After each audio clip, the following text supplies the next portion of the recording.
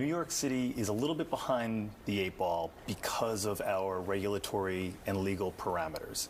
That's okay. The mayor actually has an opportunity right now. If he were to roll this out a bit more aggressively, remove those laws, we would then be on par with cities like Phoenix and LA and Austin, where Waymo has a certain level where they've passed all these regulatory hurdles in order to be completely autonomous within those cities. But Chris, real fast, I feel like this mayor is super protective of working class, and if you say that driverless cars are going to take the jobs of people, he may not be on board with that. So I have a plan. I'm a tech guy. I'm not a political analyst here. But if I were in the mayor's shoes, the manner with which I would do this is you're not neglecting your constituents and the working man and or the taxi driver if you get them included in this process. And what I mean by that is they could have Waymo subsidized programs to train taxi drivers, to be supervisors, to be people that are deploying the driverless cars, to be people that are repairing the driverless cars. There's a manner with which you can implement this infrastructure and not inhibit the implementation of technology in our great city. Yeah, right? There's a way that you got to work with the technology. But here's the thing. Have you seen how people walk in New York City on the streets? It's crazy. I mean, red lights are ignored. How are you going to get a driverless cars in the streets of Manhattan? I mean, look, we're not going to be.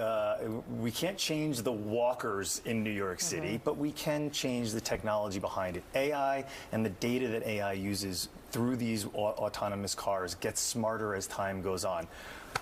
I love New York. I was born in Brooklyn, and I love New Yorkers.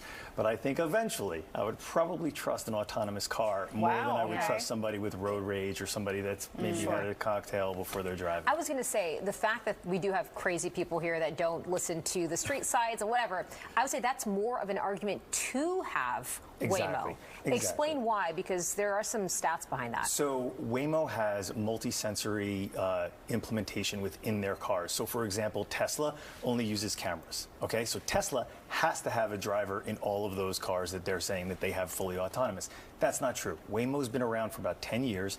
Multiple billions of dollars from Google invested in it, and they have level 4. So there are multiple sensors that show 3D analysis. So it's not just the camera. They can look at depth. They could see how far away an object is, or if a person is running at the car at a certain speed.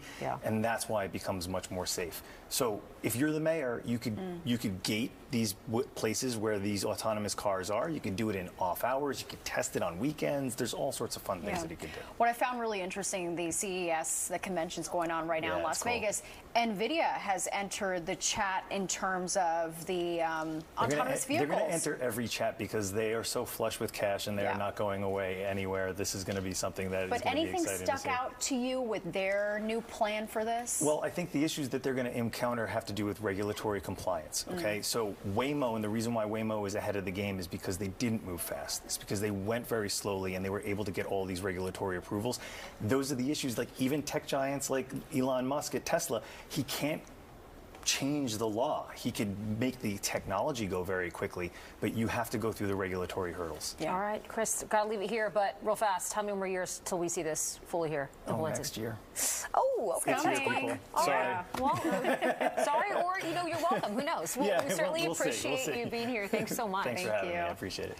And Nick is up next with another check of the forecast.